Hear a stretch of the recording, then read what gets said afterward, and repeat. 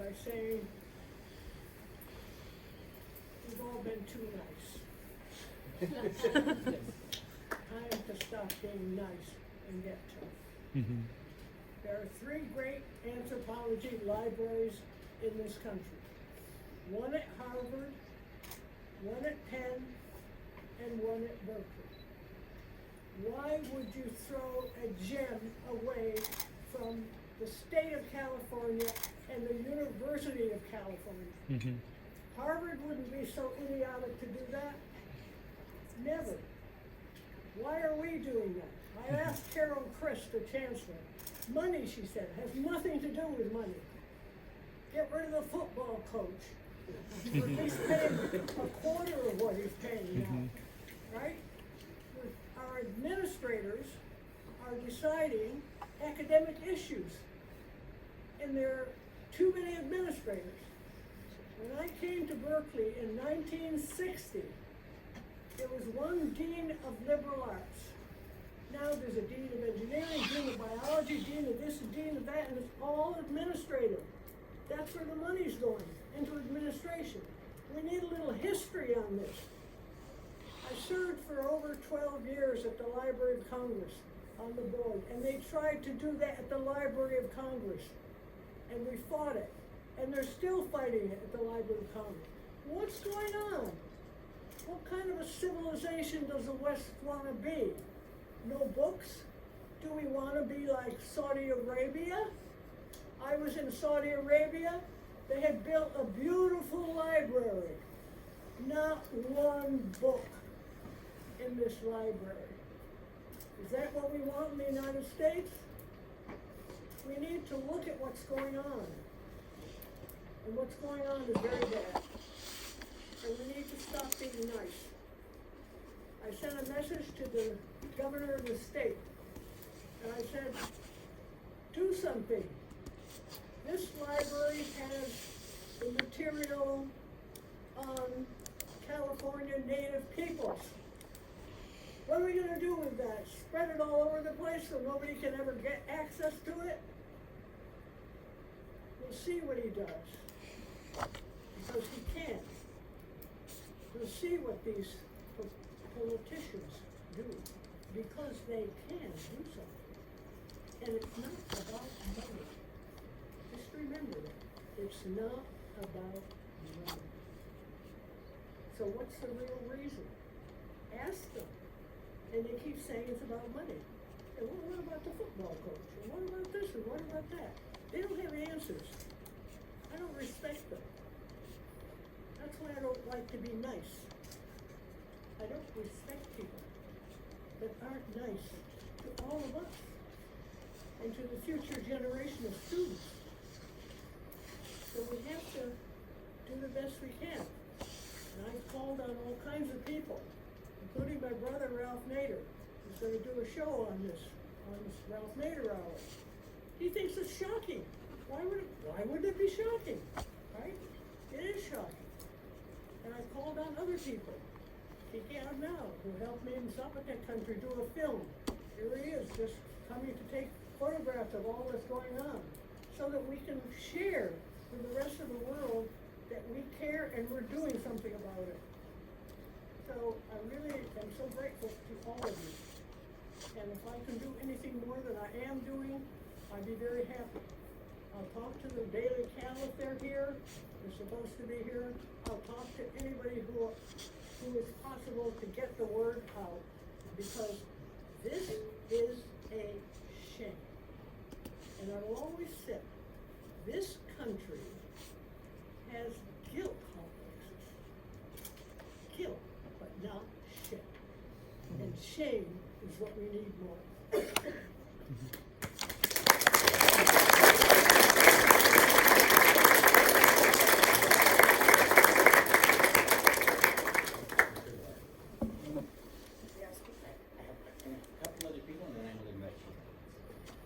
Representative from the union who's here with us today and has agreed to say a few words as well.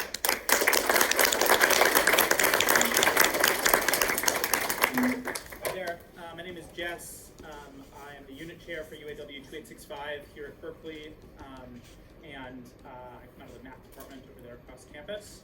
But I'm really proud to be here with students and faculty and fellow UAW members taking collective action today to demand that this library remain open and staffed. I'm here in part because this is a labor issue, right? This space is one that provides essential work site, provides essential teaching and research materials for academic workers here at Berkeley. But of course, it's also an essential common space, right, that brings together workers and students in the department in the essentially social task of research and teaching. And understanding those things, of course, I think we're all in agreement that the library closures here at Berkeley are a part of a broader program of austerity and privatization at the University of California, one which is going to cut at the very heart of the mission of this university, which is to serve the public of California, the working people of California, through teaching and research. So I'm glad that we're all here taking collective action. It's the only kind of action, after all, that works. And when we fight together, we win. So solidarity, and I'm glad to be here with you all.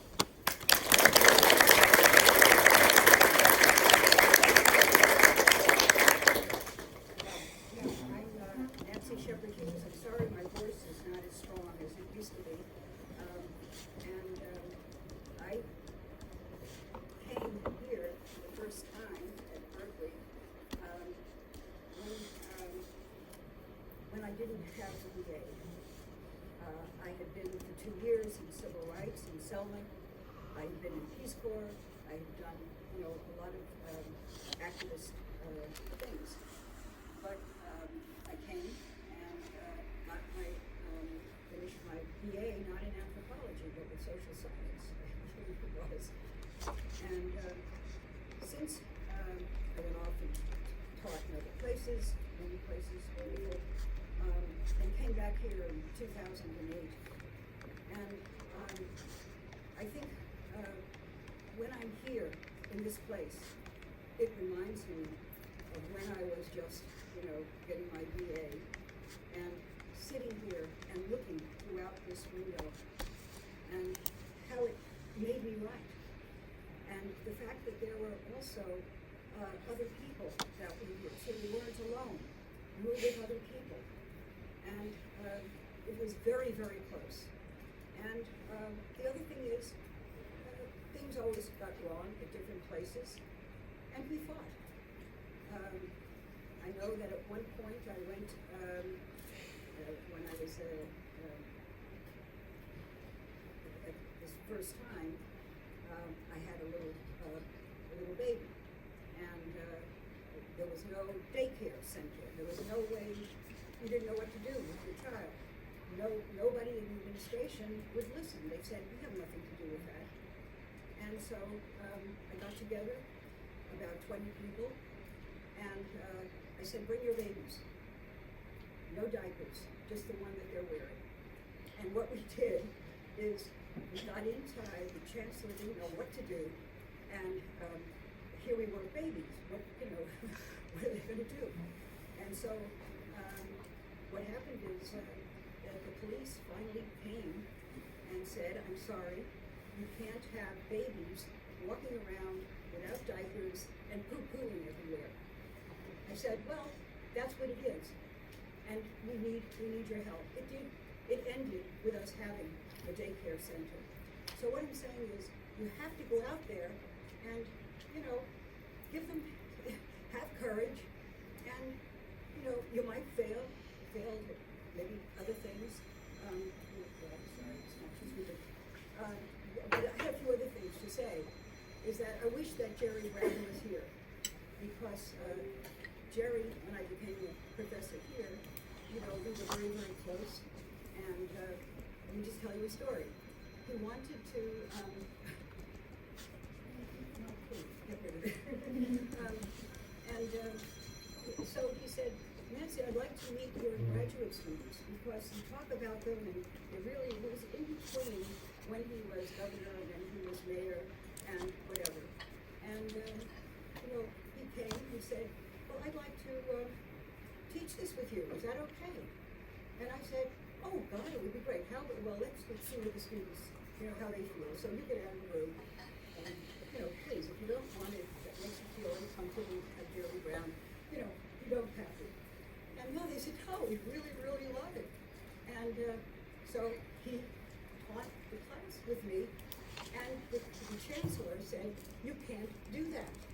In fact, you could go to jail with that. I said, oh, I've been to jail. I've been to jail in Selma, I've been to jail in nuclear. I don't care about that. And so he was frightened. We could frighten people, and he stayed, and the students loved it. And they, he turned around and he said, "Oh, you wonderful anthropologists who go all over the world. How much do you know about, slums in our area? Do you know anything about it? How many times have you been to bad parts of Oakland or at that time, whatever?" And the students did it. They all wrote, and I have still somewhere all their essays that they did learning from Jerry. So he's somebody that's really important. And anyway, I guess the other thing is, don't be afraid to go to jail. Don't. It's a good thing. It's a good thing, and it makes you strong. And actually, I even got my husband to get into jail about nuclear stuff. So then you can stop being afraid of things.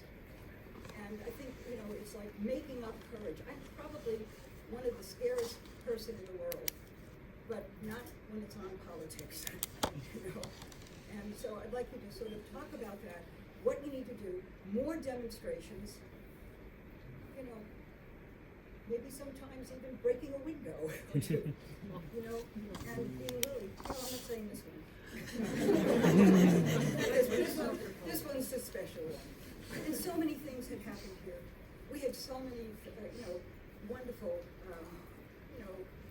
various vets and good times. And, the more we use this, it isn't just a library. It's us to look at these. And also, we're worried about all the archives and all the things that are not, are they going to be thrown out? Who's going to come in? When they start coming in, where are we going to be? So I think that now is the time to really think about how we're going to do this. And, let the police come. Let them come. They will come if we do that. But that's sort of where I would stop.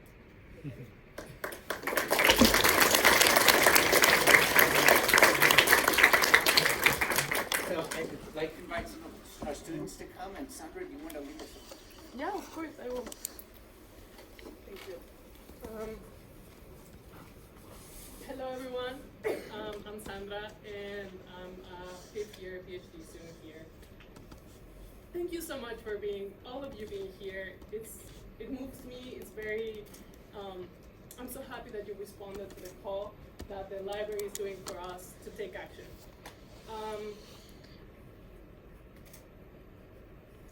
When I first got to Berkeley in my first years as a PhD student, I got a lot of comfort and security of being here in the library because I had a place to come to see my peers, to interact with them, to find the books and the resources that I needed during those first years when I was completely lost in what I wanted to do and how I wanted to do it. Then, right now, as a PhD candidate, I have different questions and different needs, but I often come back to the books here and the resources here in this library to find a way to move forward with my research. And what I want to say with this is that the library is an enormous, great resource that we have here for us. The access to it is key for all of us to try to enter into the intellectual community that we want to be part of.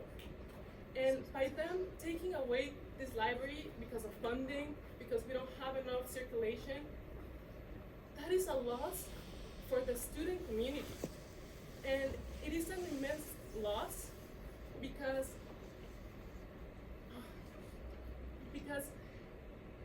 I lost my train of thought, but it takes away from us, and it's a disconnect between the university administrators and their mission to provide a quality education for us, for grad students and undergrads. And the message that they are giving us with these actions is that they don't care about committing to our educational needs. I want to be doing my research. I don't want to be here having to respond to them once again, not for the first time, but once again, responding to them because they don't get tired of acting behind our backs to try to come and close our library. I want to go back. I have a paper due in March. I want to do it. And I'm here, and I will be here.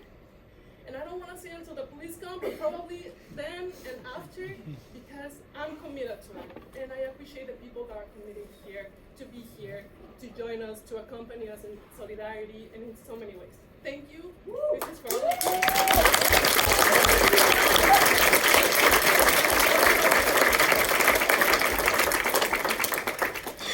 you. Ian, do you feel like saying a few words? I can step in, sure.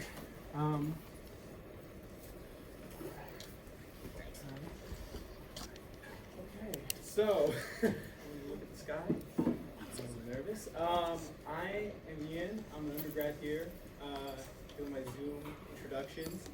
I think if there's anything I can say, I think I want to say that I have been at this university.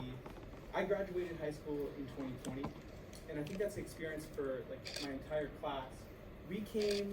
I didn't come until 2021, and when I did, whatever resources we had on campus were at low capacity. And in the year 2022, we lost a lot of the previous capacity of this library. And I mean, to call it a library in the last year is a stretch. To be open from 1 to 5 and to not have a librarian. I mean, it's like if you need a textbook for class, you get it from a different library. Because even if it's located here and you know it's located here, you can't get it from here. And then they use that as justification for why our library should be closed.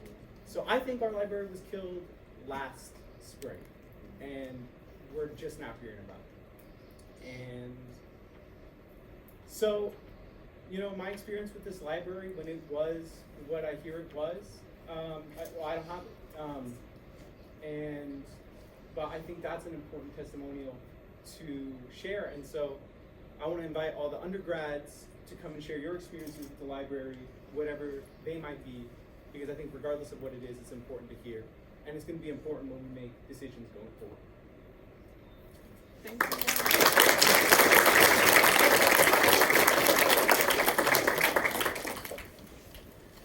I want to hear Ian's call to undergrads. Are there any undergrads who feel like, Or grad students. or grad students? Go ahead. All right, Danny is just going to say a few words, so think about it. And Danny, if you want to. I think I want to just say 3 things, underscore some things that Charles already said. One is just to make an observation.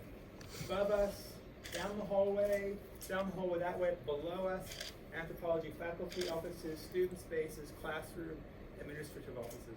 This is the material heart of collections of what this department is and who we are. It's where we meet. It's where many of us work. It's where I, as a junior faculty, and now I still feel like a junior faculty, but I have often used this space. I know exactly where the visual anthropology collections are, where the Australian materials are. I love seeing students and other faculty here. Very important space in its material location, the way we use it, and how it brings us together. So while we're in the space, I just want to point out, it's just all around us. We are all around us. And it's something that is less than clear in email exchanges, the conversations in other places around campus. So that's one. 2, I want to express my extreme gratitude to all the students who are here. Would not be possible. That is, I just can't even underscore that enough. And related to that is the 3rd thing, which is I feel a huge sense of solidarity and mutual support between faculty, students, and administrators in this department and elsewhere on campus around the importance of this library for us and for our collective life and for our scholarship. So I I think those are the three things. I want to underscore, while we're in the space, we are kind of in the middle of what we are and how we come together materially. And that's not at all insignificant, and something that disappears, I think, often when you know changes. So, thank you.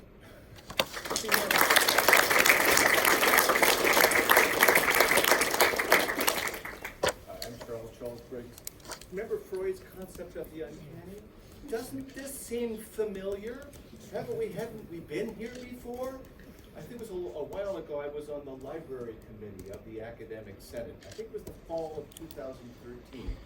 And I was told over and over, students don't read books. They don't care about libraries. I said, have you asked the students? Well, not actually, but we know. What happened in this building that January? Occupy Cal came to the library. Then they were trying to close it down. What happened? Was it closed then? No. Why? Because the students said this is our space, and we will not let it go. This fight is about the onslaught on the democratic character of this university. A number of years ago, I was invited to go give a lecture at Princeton. I thought, we have the same sort of thing, private elite university, public elite university, same thing, less money, right? And I realized we don't do the same thing at all. This is a public university which is about social transformation, about making education accessible to the people of California and the world. And we are losing that character. If we lose this library, if we let them take over this library, we have become complicit in the transformation of this institution that all of us, undergraduates, graduates, staff members, administrators, and faculty members love. Please, I beg you, don't let that happen.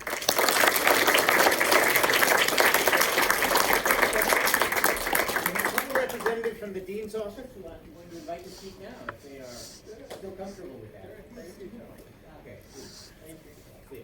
Hi everyone, I'm Leo Arriola. I'm a professor in the political science department, but I'm here wearing my hat as Associate Dean in the Social Sciences. I'm here on behalf of Dean Rocca Ray, who would normally be here herself. She can't be here, she's out ill, but I want to communicate a couple of messages from her. The first and most important is that she expresses her support for your right to organize, to articulate your concerns, and to be heard. So she wants that to be very clear, that she is in support of you being able to do this.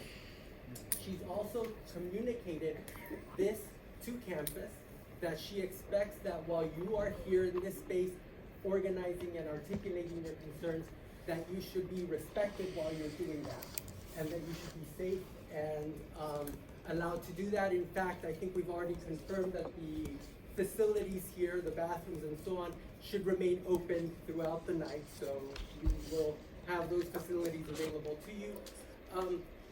And that we know you will be good, you are in fact organizing here because you are good stewards of this space, and that you're trying to act on behalf of this space and to preserve it and its integrity. To that end, she also wants you to know that she welcomes working with the department, with the students and the faculty in taking a proposal to California Hall.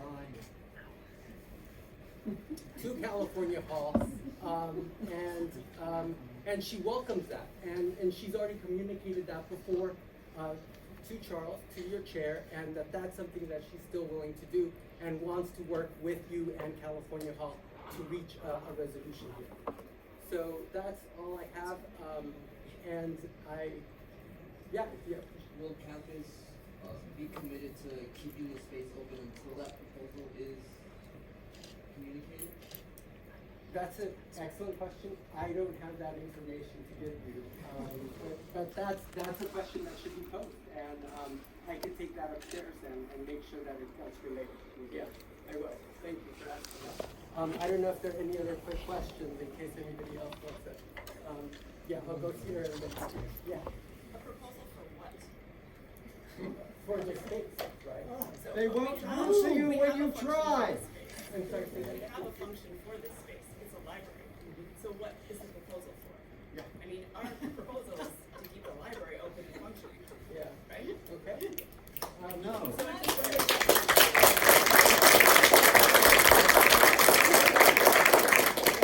And if that's the position you want to take, then that should, then that's the position that can be communicated upstairs. We've right? made that position That's why we're here. I just want to make a couple things clear, right? This is not a space that the dean's office controls directly, right? And so we're trying to figure out, in fact, part of our role as the dean's office of social sciences is to advocate for the anthropology department, right? And so we need to figure out how to do that in partnership with anthropology. And so that's something that we're just trying to advocate for. Whatever, and again, and in fact, I guess I would underscore, the student-driven proposal, whatever that may be, however they want to conceptualize that. If they want to see this as something more than a library, that's their proposal, then that's something that should be the basis of discussion with California Law. I think that's the way I would put it. And I think you have a question. Yeah, I anticipate that we're going to be in here for a while. Can we expect her to make an appearance at any point? That's a good question. I don't know her schedule, but I can organize it. Sure. Yeah, and absolutely. Maybe we can make it. She's not here because she's out Yeah. sick. But if she can't be here in person, maybe you can make it over Zoom or something like that, and we can coordinate. Yeah. Okay. Yeah, I can see that. Oh, yeah. Hi, just to clarify, do we have the dean's support to keeping this space open as a library? That's a good question. I have not discussed that in those terms with her. In fact, just to be clear, we found out about this meeting today, and she said, please go, because I can't be there to relate to them that I want them to be able to express themselves, that I don't want them to be interfered with by campus while they're organizing and articulating their demands. But I think I've heard this, and so this is something I can relay back along with the other points that have been made. So yeah, I will relay that. Thank you. Tell her we need her support. Even if she's sick. Okay. I was in Santa Monica last week for a Cal Band event, and we were at, they were doing a fundraising opportunity, and I ended up talking to some people that happened to be deans, like Dean of Public Health, and a couple other deans that were on the library decision that made the decision to close this library. And I asked her directly, I was like, why are we closing this? And she responded to me, what do you want more, the books or the space? And I asked her back, the library is the books and the space, right? And she also said we don't have the funding for it. And I thought that was quite hilarious because we were at a funding event, a fundraising event. And I'm in the Cal Band, okay? The Cal Band is very exciting, especially for fundraising events, because when we show up, that's when they close their deals, okay? So being an anthropologist and being in the Cal Band, wearing my Cal Band gear, I was able to kind of show my support for the anthropology library and be like, I helped you guys get money. So why is the argument currently for the funding that we don't have, when clearly we are gaining funding for different things and the students are helping you get that funding? Yeah, I think that's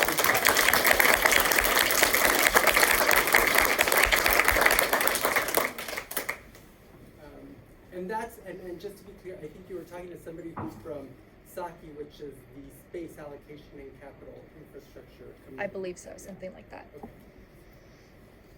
Anybody else? Yeah. Yes, here. My name is Mark. I'm a first year PhD student in the medical anthropology program. I would like for you to take back the message, not just to the dean, but also to Chancellor Chris. One, a university, a public university that would design plans to shut a library is an evil institution. A public university that would design plans to shut a library is not a university that can say it has a commitment to free speech. A public university that designs plans to shut a library cannot lay any claim to a mission or value of the liberal arts and sciences.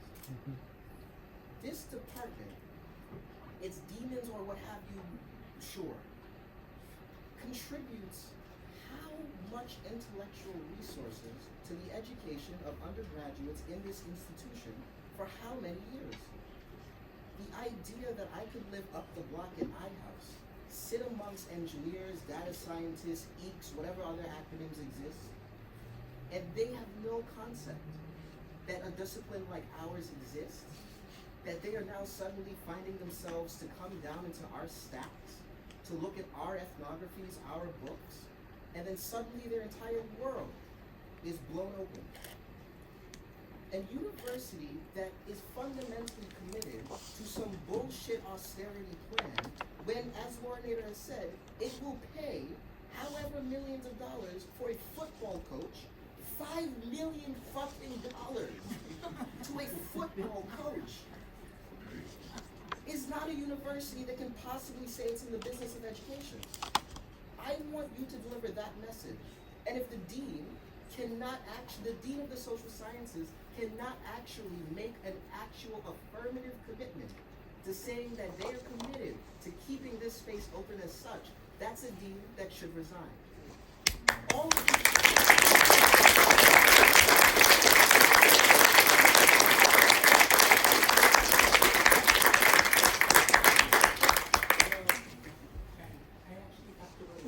I'm actually teaching, I'm staying here, I'm starting class late because I have students waiting for me. But thank you. Actually, Jesus has my contact information. If anything happens overnight or whatever, you can reach me. And yes, this is a dialogue, and we want to work in partnership with anthropology to get a positive resolution. Thank you, Charles. Thank you, guys. So I've heard very strong message, a set of very strong messages to the dean, right? And so I can relay those as well. And so I have a few other people who want to speak, but I want to encourage students and first ask if there are any other students. I think some of the most powerful statements I've heard today have come. Please.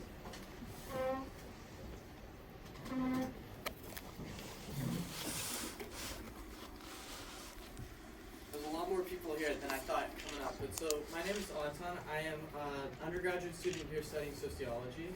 I am no way, shape, or form related into the anthropology department, but funny enough, I've taken one course before I came to Berkeley here, which was the cultural anthropology department with Professor Carl. I don't remember his last name. Kaylee, Ryan Carl. And Kaylee, I believe you were my GSI there as well. So my first introduction to Berkeley was through the anthropology department. It was through the readings of a people that valued cows as currency, something that was completely out of my interpretation, or if it was the Balinese and the cockfighting rings, and how that was how they determined their honor. No way did I picture finally coming to Berkeley and seeing this beautiful library, and being told my very first time here that this library was going to be closed. That this library had gone through an occupation that was able to keep it up again last year. This library that holds so many ethnographies, so many secrets to different peoples, so many cultures, is going to all be scattered away into different populations. What the university is doing isn't a money problem, it's austerity. There's no sugarcoating it.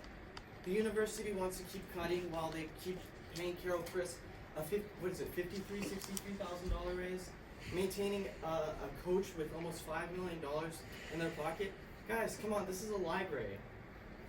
No amount of money can be put to value these books, to value this knowledge, and to value the experiences these students are going to learn.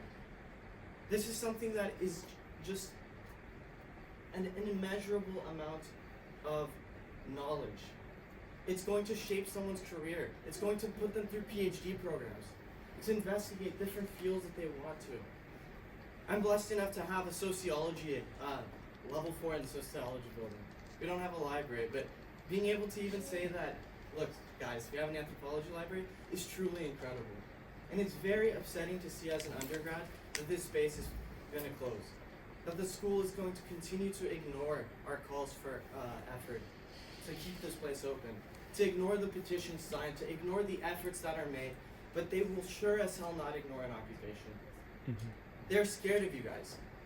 We saw it here with the last person that was talking. They were like, oh, yeah, we've tried to relay the messages, but the matter, what we need to keep doing is we need to fight.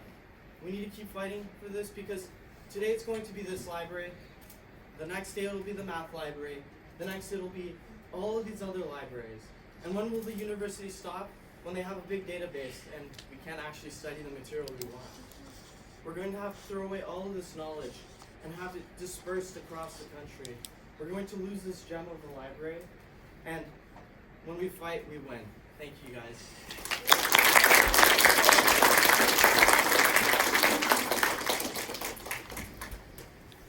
Alright, okay, a lot of people here. Hi, I'm Amira. I'm an undergraduate student and a student researcher who studies Black America and the carceral system. So, my first experience with research was in this library. Last year, there was not a librarian. This was only open 1 to 5 p.m. And honestly, I felt relatively isolated from the research experience that one would envision a public university to embody. The anthropology department is filled with some of the most wonderful people I have ever had the pleasure of meeting. The faculty, the students. We have my friend over there, Juliet, who has just been a wonderful inspiration for me with research, with pursuing social justice. And I feel that a university that is so predicated upon progressivism, upon social change, it's ridiculous that they would even think of closing down this library that contains all the intricacies of the human experience, of minority struggle and triumph and advancement and culture. It is ridiculous that this administration is this burgeoning bureaucracy that stifles the student voice, that makes it feel as though we have to pursue our research independently, that our research is rendered inaccessible to us, the student at a research university. That is ridiculous. And what's worse is that, as we heard from the dean, I met the dean, and of course, she was like, I care about your right to demonstrate. I care about your right to protest. I care about you? ? No, she doesn't. Because she will love my research so long as I keep talking about the Black experience. I was the only Black student at that anthropology event, and I'm also the only Black student at most research events that she facilitates. She will care about my voice insofar as I'm the minority voice. She will not care about the value of my research and the ability to access these ethnographies, access these tomes that contain the information that is crucial to my investigative and critical work that I have dedicated my life to for these past few years. And I feel that that is unacceptable, because all of our voices, all of our research is indispensable to the school. And the school does not want to lose us, and yet they treat us as sources of revenue, and yet they act as if they're just the mode for us entering the workplace. This is austerity. This is academic capitalism. This is the idea that we are reduced to tools for the university to amplify their own revenues on the basis of our private giving of money instead of the federal or state level, instead of the government doing this. And I get so tired when I talk about it, because I've had so many conversations about this with so many other researchers who have shared my frustrations, who have talked to the dean about this. And what we just saw 5 minutes ago, no, they haven't relayed it. They're not. They have not. No. They haven't done it. And these empty platitudes, we can't do this anymore. We have to occupy. We have to scare them. We have to fight with the fierce and unrelenting urgency of the now. And that is the crux of what needs to be done in order to save not our library, but the sanctity of our existence as students and the power that we have to make transformative change when the administrators will not. So, yeah, thank you.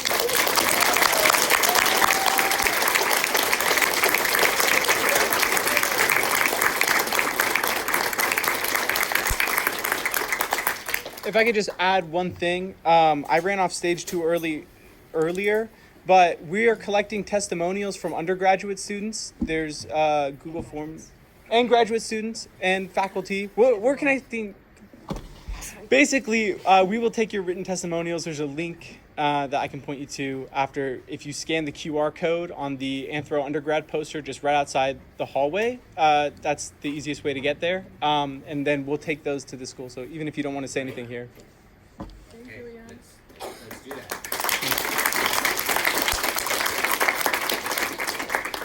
So Kaylee's going to talk a little bit about the action. Right, so guys, this is exciting. We're hitting, I think, 5 o'clock right now, which is the start of the official illicit occupation of the Anthropology Library.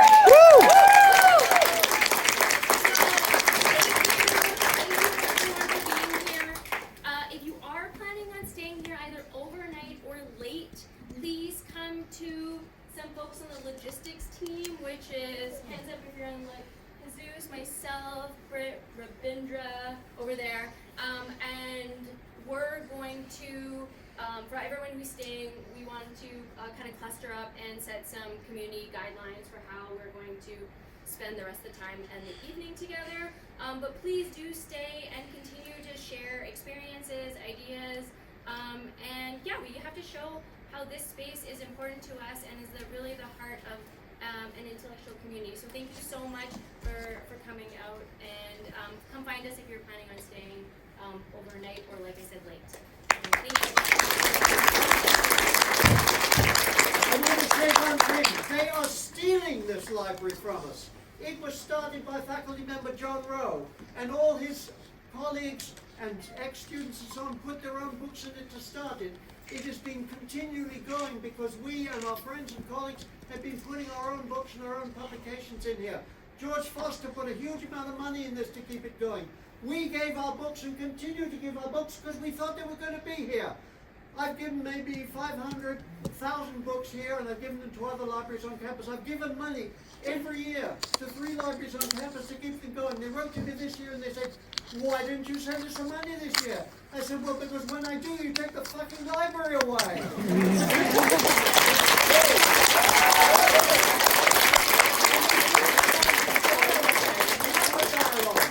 I have written and written to say, well, what the hell are we supposed to do? Nobody has ever replied. I have lots of ideas to keep the library open. I just want to know what the hell they're looking for. They're not looking for any answers at all because they don't want to hear them.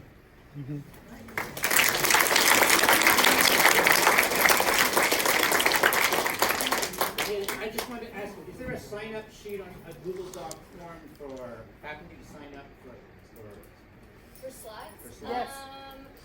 There is a sign-up sheet.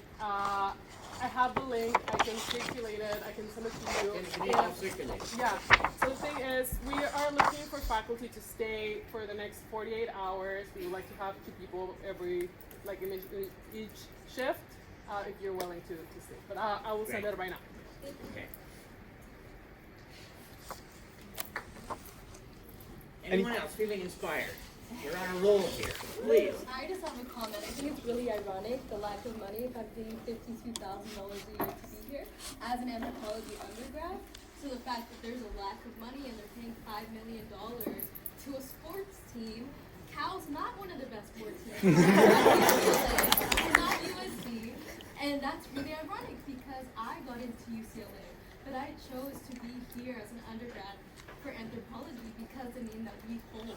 And this is one of the important buildings, one of the only buildings in the United States where we have our own library. So I think it's so ironic and it's disappointing.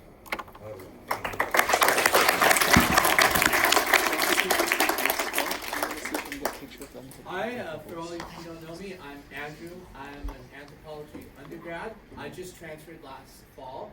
So as you can tell, I'm very pissed off right now that one of the 3 libraries in the United States, only one on the West Coast, apparently is closing because we don't have money, even though we have a $4 billion endowment, and they're going to keep the lights on anyway. I mean, don't know how hard it is to watch books, but this is insane.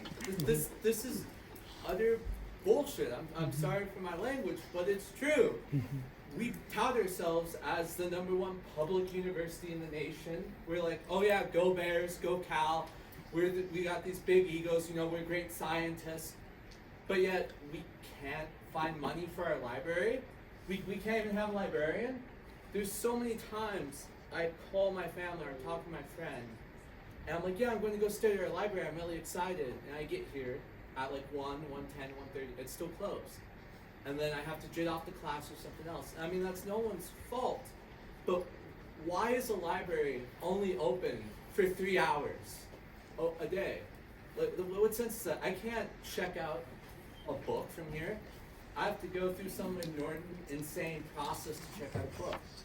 I mean, look at each other and then look at these books. We're all colleagues. These books are the life's work of our colleagues, and they're trying to take that away from us, from each other. Any one of us could eventually put our own books here. Do you know how amazing that is? But they want to take that away from us. I don't understand it. I don't understand how we could pay a football team that's frankly quite terrible so much money. I don't understand how we can buy Michael Drake a $6 million mansion, but we can't spend what, $50,000 a year? Oh, sorry, Professor. Oh, okay. To keep our library open. Look at this library. It's not that big. I mean, yes, I know there's other stuff to it, but it's insane. We have lights on all the time at this university. We have things on all the time. We have space, we have room. We can keep this library open. It's not money. It's just simply they don't like anthropologists, it must be, because we can't have our own library. Like, I have friends at UCLA in the Anthro department. I have friends in UCI's Anthro department. I have friends across the nation in Anthro departments. Do you know how jealous they are of me? Just like, oh man, you got an Anthro library. I would kill to have a library. Do you know how much I want to be able to study in our own space? And now I have to tell them, oh yeah, they want to get rid of my library because we can't keep it open for some reason. And I'm ranting, so I will end because I'm very mad that they're closing our library. They're getting rid of the life's work of our colleagues and possibly our own future works from being here. And it's insane drivel. Thank you.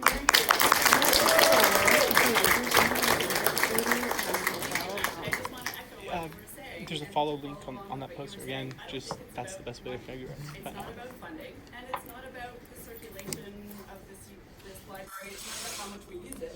It's about space, and it really reflects the priorities of the administration of this university that is more interested in this space than they are about the knowledge that it contains and the social value that it brings, not just to our department, but the people we've heard from already today who are not even in anthropology.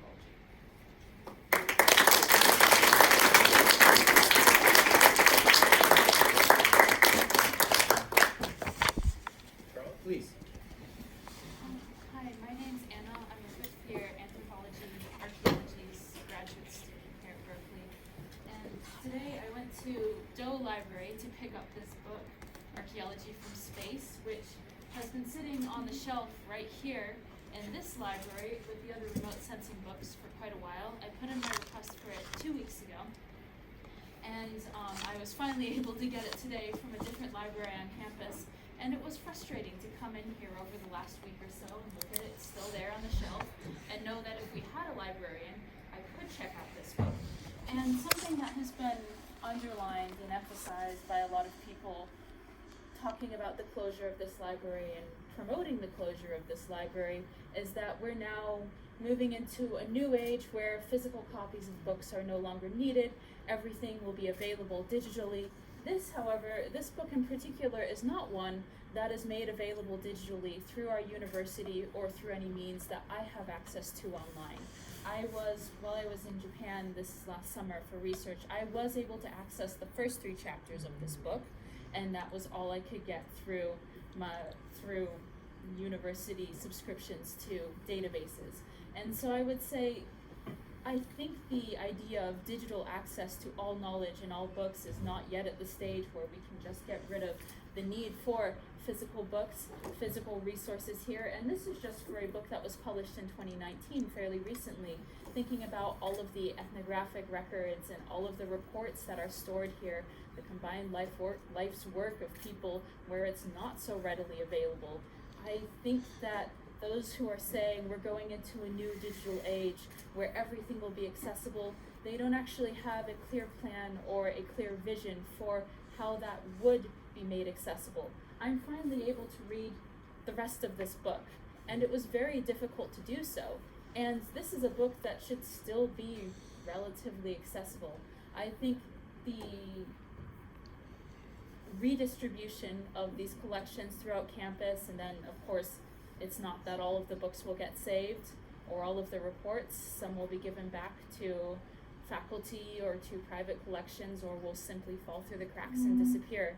I think that shows that there is very little understanding by the deans and administrators today of how a library used and what libraries of the future are going to look like, and there's very little understanding and meaningful plans for how we would transition to said library of the future. There's just a lot of hand waving of, oh, this is how it is, and students don't read books, and everything's available digitally anyway, without much understanding of how it actually looks on the ground for students trying to access resources. I'll say one more thing.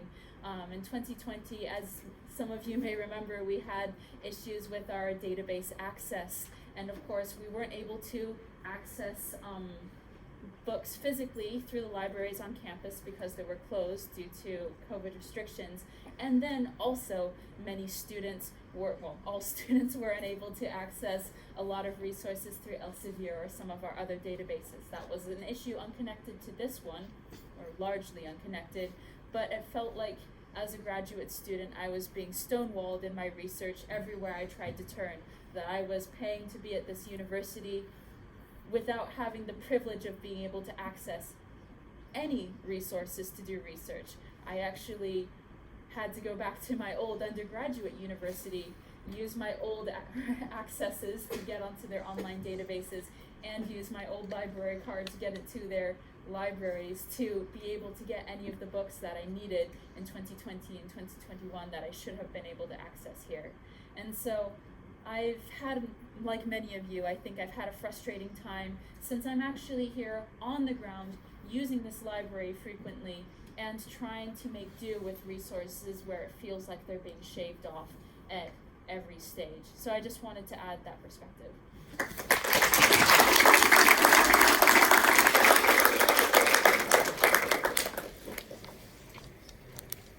Thank you all.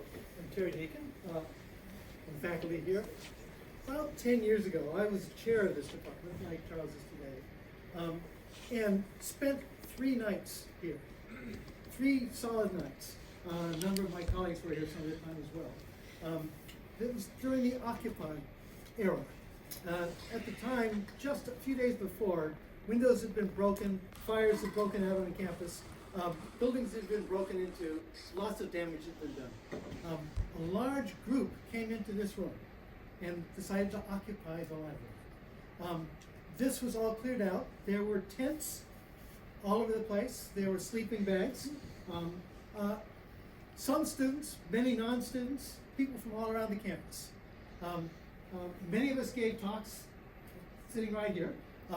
And to recognize the importance of the event, it wasn't just about the library, it was about the campus, it was about the nation. Many things were at work. The students were ambiguous about what should go on. We sat into the night and argued about what to do.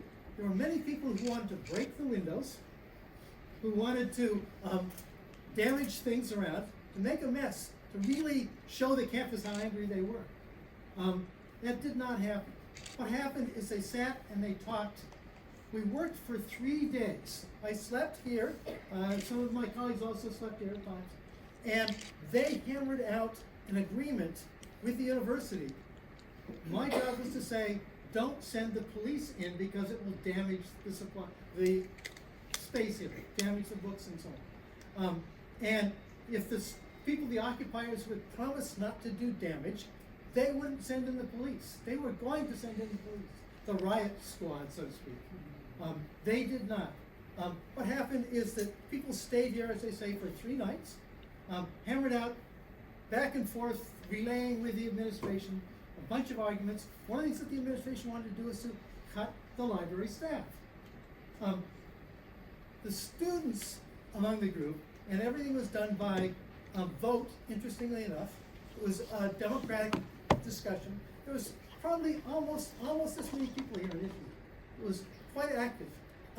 It turns out that because they wanted to stay here and occupy the space, they made an agreement that said no food will be brought in. All the food was kept out in the hallway.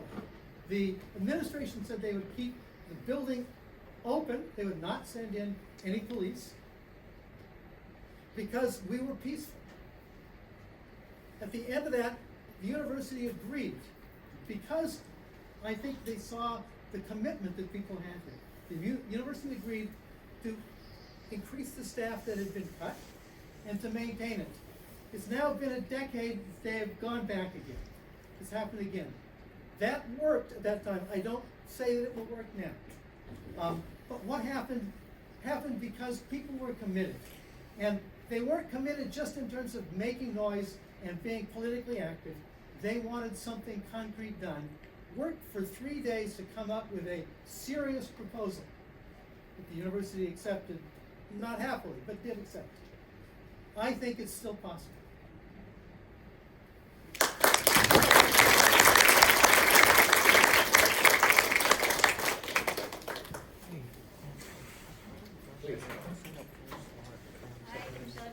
I am a first-year PhD student. Funny enough, 10 years ago, I was almost an undergraduate here in anthropology. Deja vu. So again, frankly, it's really embarrassing. I don't care. Happened again, we saved it, now we're back and doing it again as I start my first year. Love it. I have fond memories of being in this library as an undergraduate, typing up my fake NSF papers, other undergraduates in the small corner, frightened and loving the community, and having books right here at my toolbox, going to 3 different libraries, trying to check things out and hoping I get myself together. The fact that we have to do this roundabout way of getting books is embarrassing. This space and all the materials available to us is an amazing resource. Seriously, I was talking to my friends that are happening right now at Cal State, and he's like, Cal doesn't have any money? Really strange. The fact that we have so much literature, not just here, but in stacks upstairs, so much great literature that we don't have access to online or off, makes this such a valuable space. The graduate students, in general, do not have a space to do work in. All of our dedicated spaces have been removed one by one, from what I've been told. Again, I'm new. This is one of the few spaces they have left for the vast majority of the graduate students. This is one of the few spots they can have dedicated. Same with the graduates, undergrads. This is one of the few spots that are dedicated to undergraduates in the anthropology department for them to collaborate as teammates, as classmates. So removing the space is removing a lot of opportunities for them to come together to use materials at ready access. And I feel like we're one of the few universities, this is one of the reasons why I came back as well, because of fond memories and the access to materials here. I could have gone to other universities and not to come here. I chose this for a reason. I think it's embarrassing to remove this space because of money. I also think that's a bullshit excuse.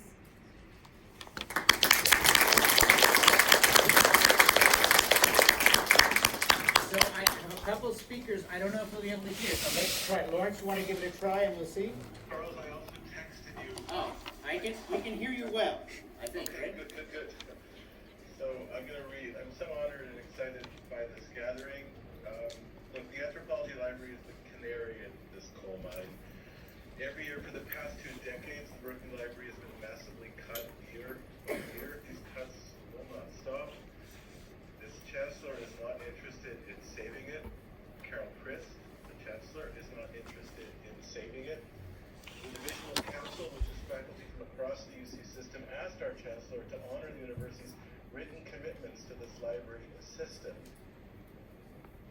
Carol Chris did not respond.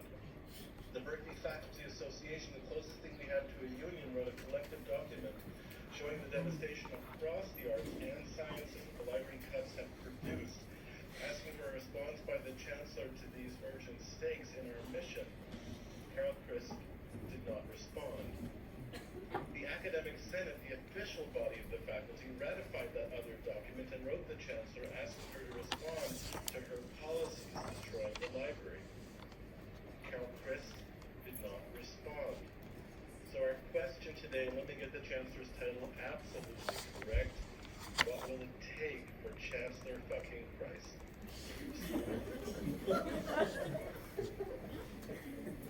Thank you.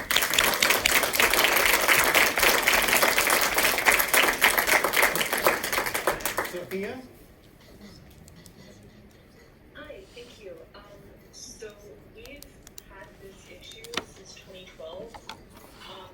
Like you guys mentioned, Occupy Cal literally stayed in that space for 3 days and 2 nights, in order to stop the cuts from 9 a.m. to 6 p.m. to 12 p.m. to 5 p.m.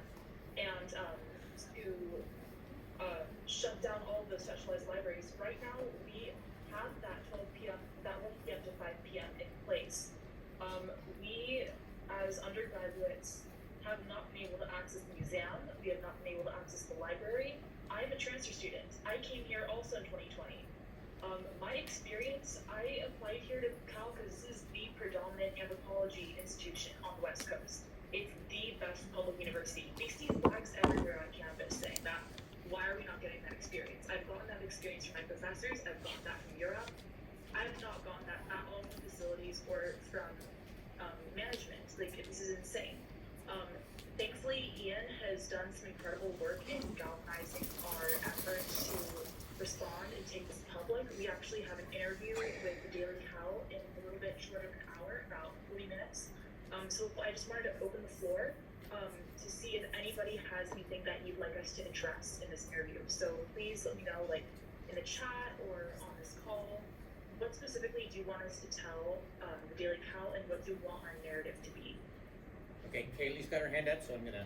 Just really quickly, one thing I've been thinking a lot about, and I'm a 6-year PhD student in anthropology, and it's about the intersection, the importance of libraries, and their overlap with the affordability crisis. So when I came to Berkeley in 2017, I paid $1,300 for a room in a house that had 3 other roommates and a 2-year-old, and it was impossible for me to write and do the work that I came to do here at home. And coffee shops and other public, semi-public places are limited, and so I use this library very regularly. And last year when students came about, when they originally tried to close it under the guise of a labor shortage, if you remember, a lot of people were here, they said, oh, you should just go to another library. We have a bunch of libraries. And I think that's just such an unacceptable response, especially given the fact that so many students, undergrads and graduate students alike, are pressed for safe, open, accessible places to actually do the work that we're here to do. And so that's a message that I think is really important. And again, connects some of these other major issues that the UC as a whole is dealing with. So thank you very much for leading that with the Daily Cal. And Ian, thanks.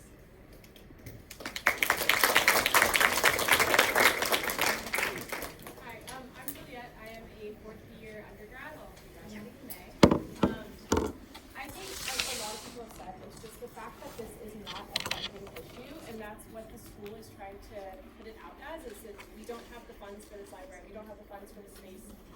I mean, a lot of people have made really good points, but I mean, they're also building an entire building for the data science and computer science community, which I just find so ironic that they're taking the funding away from a space that is literally made to hold books and to be a study space and a space for research and for reading and for learning about different cultures and learning about these vital things that just make us human.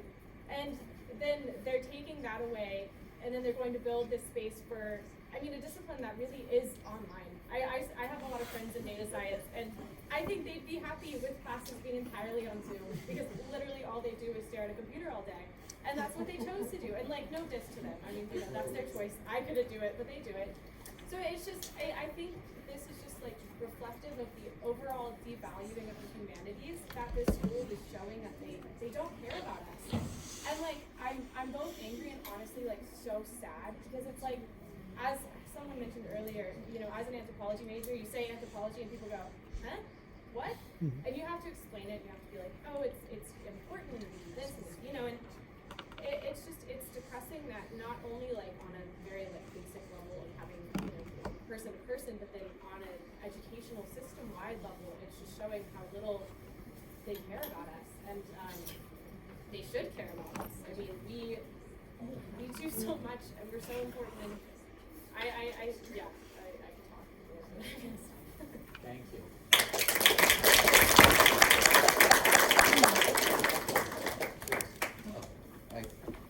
Frank, this is my last semester too, and I would just like to say like how very disappointed I am that the university is considering doing this. And wasn't it not too long ago we just had a strike that lasted for 6 weeks, and allowed the research of the GSIs. Like a lot of the professors were struggling, so it makes no sense that after this long strike, and they're going to continue to do all this bullshit, and we have to come here when we should be studying, and this is our study space, and they feel like they can just rip that away from us like we're literally nothing, like we're just a fucking tool to them.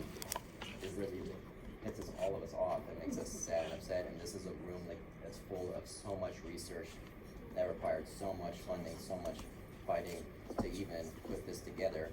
And the fact that they're just going to rip it away, this shows that it's not about money, it's just about them having power over what to say in the university. It's about the space, as everyone mentioned here. And I just want to say that the message I would send back to them is to have an open heart, have an open mind, that this is the space that students, college students, we pay so much tuition, we pay so much in rent, and now like all this money we basically give to them, and they say they don't have the money yet, they have the money to fund all these, as everyone mentioned here, football, new buildings that can easily just be done online. And yet they don't consider the space that we have here and that people have been using here for more than decades, and just rip that away from all of us. Really just have an open mind about it, and I hope that you reconsider. That's what I would say. Thank you. Charles? So I have something I think you could pass along. First of all, they need to ask the chancellor for an interview. And one of the questions they should ask the chancellor is, there's all this talk about concern about the well-being and the mental health of Berkeley students. So you should ask the chancellor what would be the effect on the well-being and the mental health of students to close down one of the spaces and institutions that is, I think, from everything I've heard interviewing undergraduates and graduates here, absolutely crucial to their well-being and mental health. So what would be the possible effects, and are you serious about those issues if you're closing the library?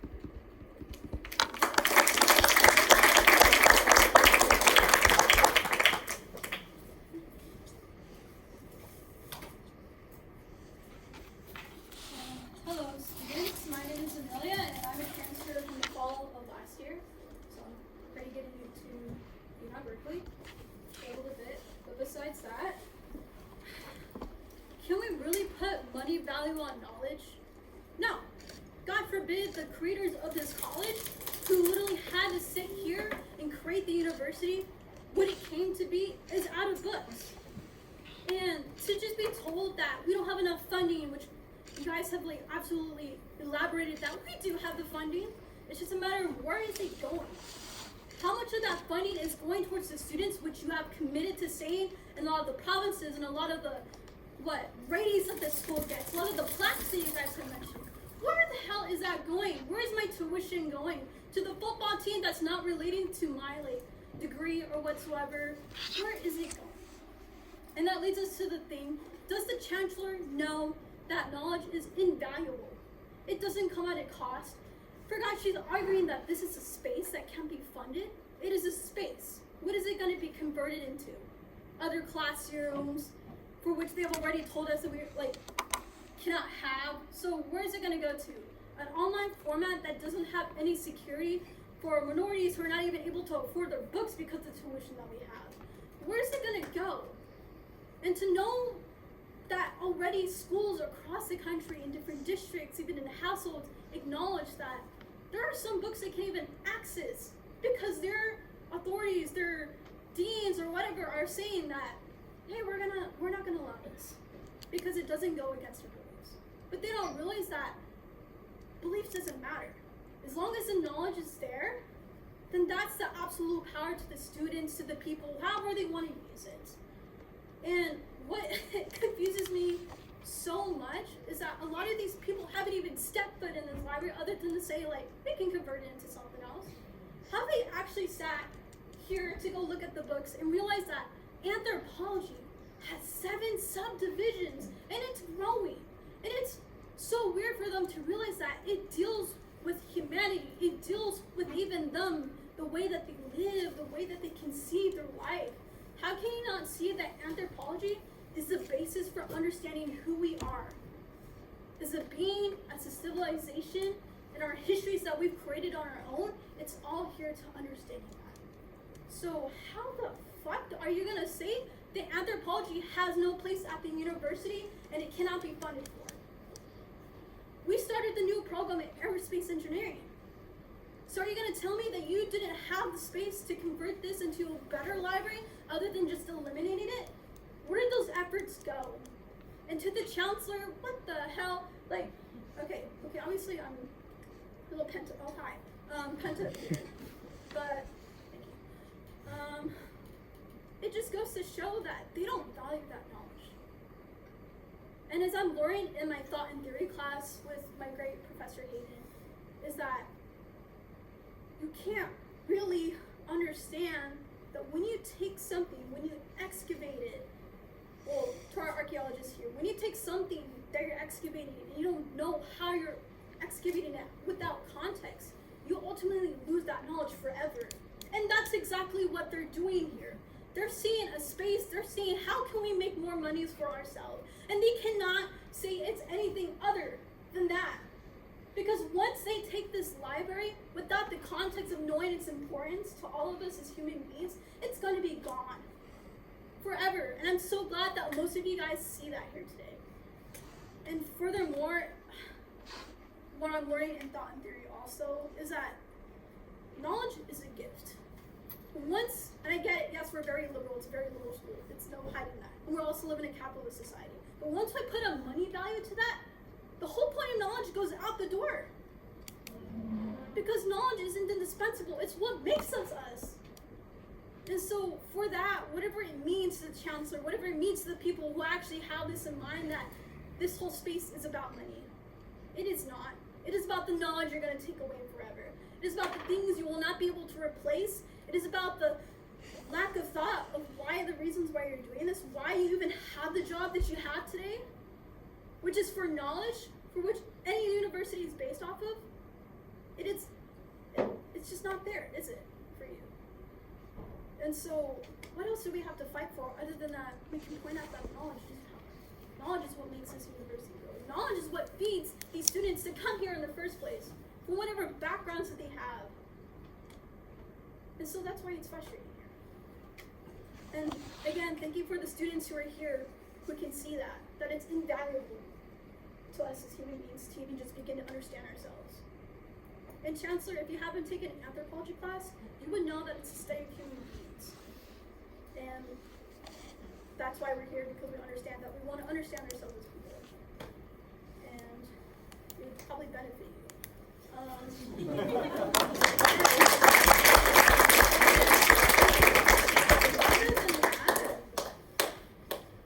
What else can I say? We ourselves have actually built ourselves to be here out of that knowledge that we've taken from ourselves, right? Which is written in these many books. And if you're saying, and if your proposal is just another version of a gerrymandering, it's not gonna work, because the students see what you're see your plans, they see through it. It's gone through history, because we've actually studied it here in this library. It's not going to stop. We're going to keep fighting for it. And whether that takes the riot police to come here or us breaking a window and making another historic event, we're going to keep fighting. And we're going to be here to do that, right? And yeah, that's all I have to say.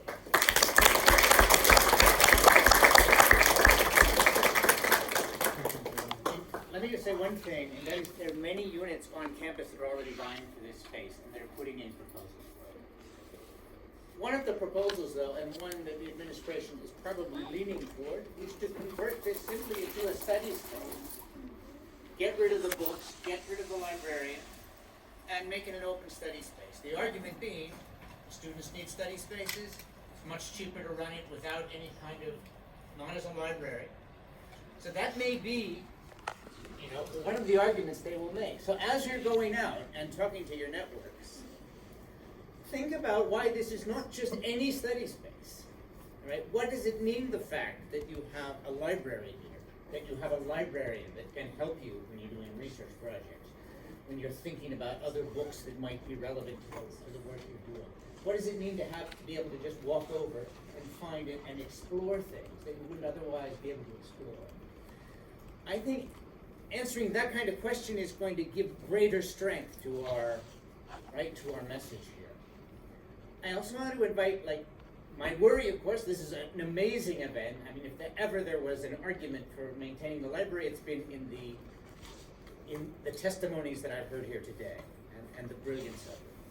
But we don't want this to be simply something that occurs today. We need to carry this out. And so when I want to invite those, particularly I want to invite Ian and Sandra and Kaylee and others to sort of give us a sense of what we might do over the upcoming days to really give teeth to this very important action you're taking.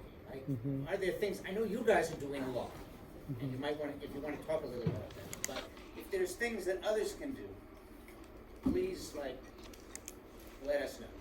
So we actually do have a petition for faculty. We would like to hold teaching here in the library, so we can invite people from other departments, other students from other departments. This is an idea that actually Kylie was pushing for. I don't see Kylie. Oh, there you are.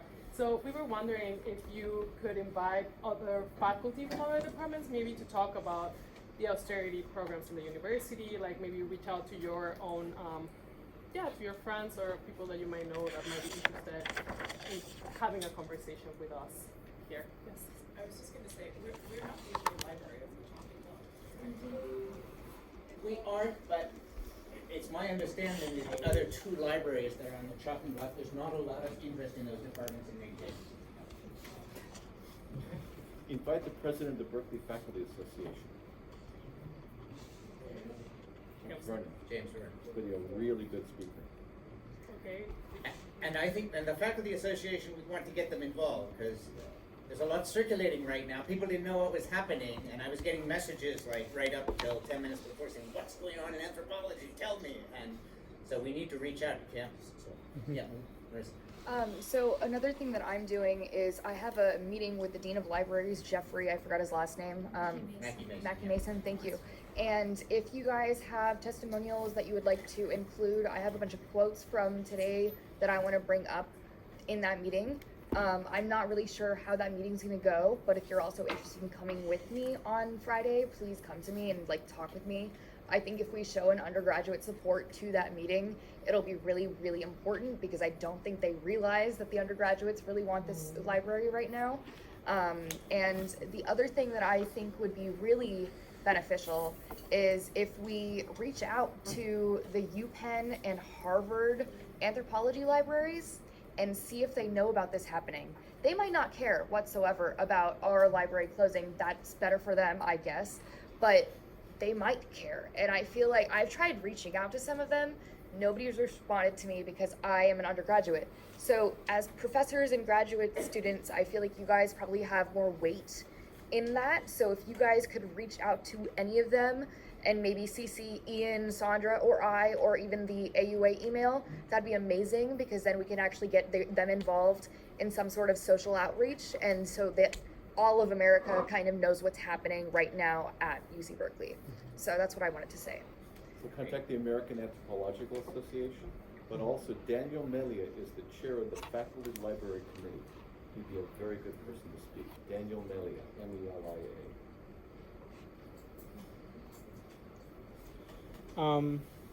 I guess, I mean, we've been harping on those testimonials. I think that's really important.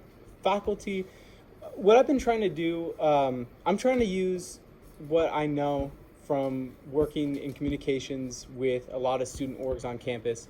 What that is following people online. Social media is, I think, the quickest way to get this to blow up. The other step and so as far as that goes, following us, reposting us, as far as that goes for faculty, not to say that you guys can't use social media, but, we recognize that there is a division between, we are like habitual users of that social media, and we recognize that ability gap.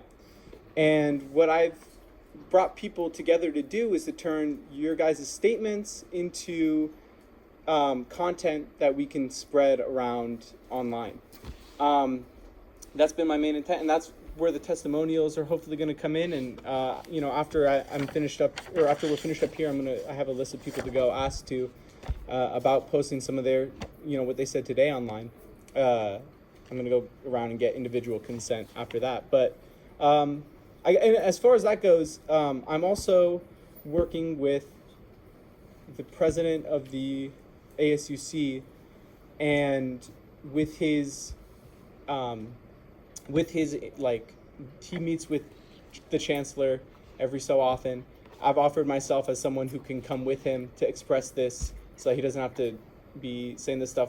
So I'm going to contact Charles, but if anyone else has anything that they especially faculty, but undergrad students too, but I think that's where the testimonial forms are going to come in. If there's anything the faculty want me to especially bring up, I'll bring it when I go meet with her. Great, thanks a lot. I mean, it's great to have an interview with a Daily Cal coming up. I got a message saying that a reporter at the Chronicle was trying to push the editor to put a story tomorrow. Behind you. Yeah. Fantastic, that's you. Thanks for coming. I have a bar, but like Okay. And I wrote to KPFA and called them and told them that we wanted to get a student on the air. As you heard, Laura is working on setting something up with her brother. Any other people have any ideas though where to reach out to? Then please contact me, or Ian, or Sandra, or Chronicle for Higher Education. I was thinking that. You know anyone there? Okay, well. Hop it on. Yeah, please. I know ways to get the mass media to kind of open us up. Isn't this an equivalent to the burning of books? Like for us, because this is just not gonna come back into town, right? So is there any way that we can just say Berkeley's new version of burning books or something? I like it. Yes, because that's what it is. A string of good metaphors, yeah, hashes and so on. Yes, I think we should use that. Yeah. Well, I just wanted to say that right now, as we're planning to occupy the library, this is what we have planned and what we're committed, the grad students, is like a short-term thing that can be reassessed and become a long-term process. But we would like to have a say, come to the table of negotiation with the library and with the officials to keep the library open. We need, the effort here is for us to get our foot in that door and to make a case for everything that we have heard today. So the thing that scares me a little bit is that they haven't been giving us deadlines or dates of closure. So I feel like they're gonna keep it. Yeah, so they will give it to me tomorrow. They will definitely do that. Yeah. Sure. Okay. So once we have that, I think that we can come up and reassess the plan, but we need a lot of like pushing of this event in this moment, get the momentum up going from that. So, Yeah. okay, And I'll then pass tomorrow that we on will as have soon more. as I get it. Thank you.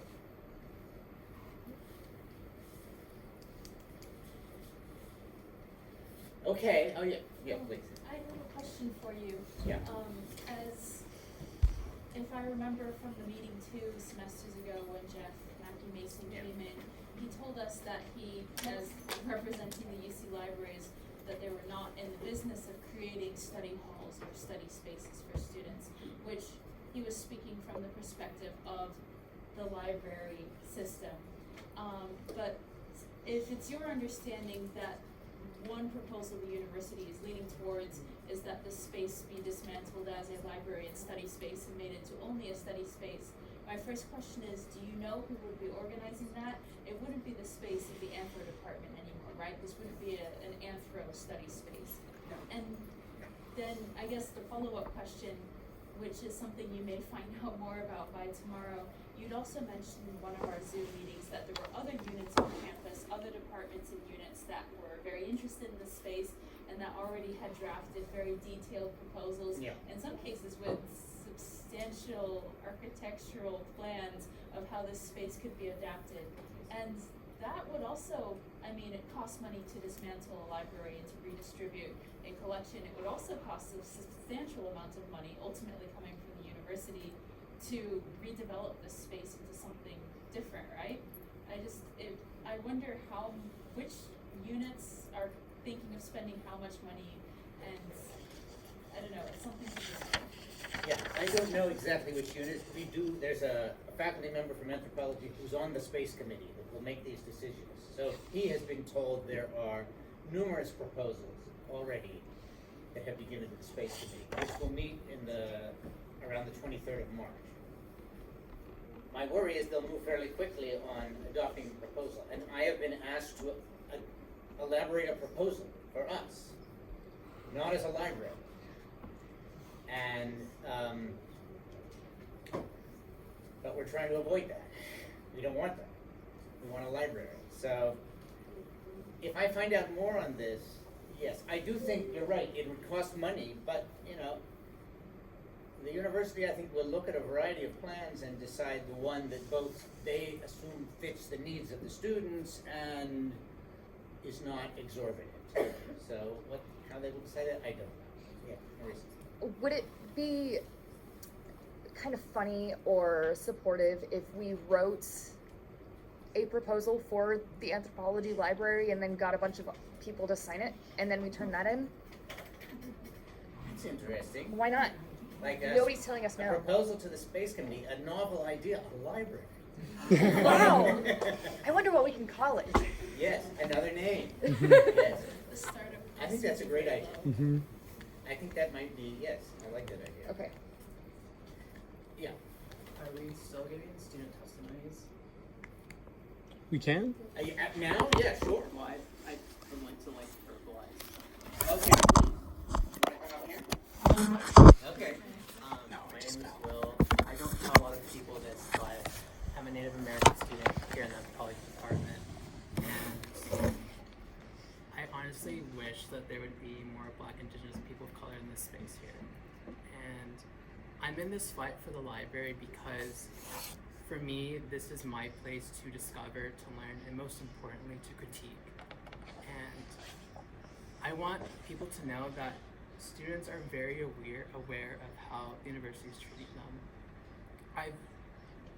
I first entered Cal like happy-go-lucky, yeah, I'm at the best premier university, but I've been so jaded to everything that has been thrown at me in this university, this institution, conversations, and it's coming to a point where my experience here, aside from the great faculty mentorship and the mentorship, it's being characterized by just like sadness and disgust and just not feeling like this is becoming worth it anymore. I just feel like so many of how we're treated by the school is just, it's not great, it's not it. Many people echoed that there's these plaques, these statistics that go out that we're premier, we're the best. We offer so many great things, but the real student experience does not feel like that. And it's really sad that when we leave, like, that's just it. I feel like many of us are here in this moment to want to make a stance, to say something. And it's just really hard when you're overburdened by the university and their manipulation, their tactics, the things that they do to minimize and undermine our achievements, our goals as people and what we want to do, and our resources. And I think I'm trying to make sense of that, but I'm just trying to communicate that students are hurting both emotionally, physically, and mentally by the actions of the university. But it's just covered up by some blatant statement or, oh, we don't have an answer right now.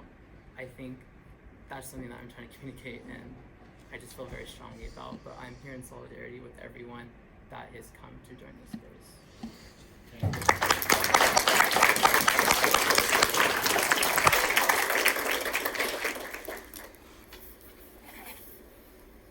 So I want to be sure that, like, students who are staying here, that we coordinate with faculty, and so before everyone runs off, let's be sure that faculty know about the sign-up sheet, that we have faculty coverage is needed, and so on. Otherwise, I just deeply want to thank everybody. This has been an amazing event. Really stunning. So thank you all, and let's keep this fight going on. And Ian's going to speak. I just want to, real quick before we close, if you've spoken and you're still here, if you can hang on a second, I'm going to come around and just make sure it's cool. I would like to use some of these testimonials to, like, spread awareness about this. So, but I just want to come around individually. So if you're here and you're interested in us using your testimonial, please stick around. I'll come around. Okay. And Jesus has a few words about logistics here. So it sounds like the town hall part of the mobilization is officially over. Officially.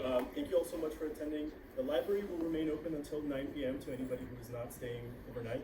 So feel free to stay here. Feel free to use it as an open study space if you would like. However, at 9 p.m., the library will become closed and only accessible by folks who are only spending the night here at 9 p.m.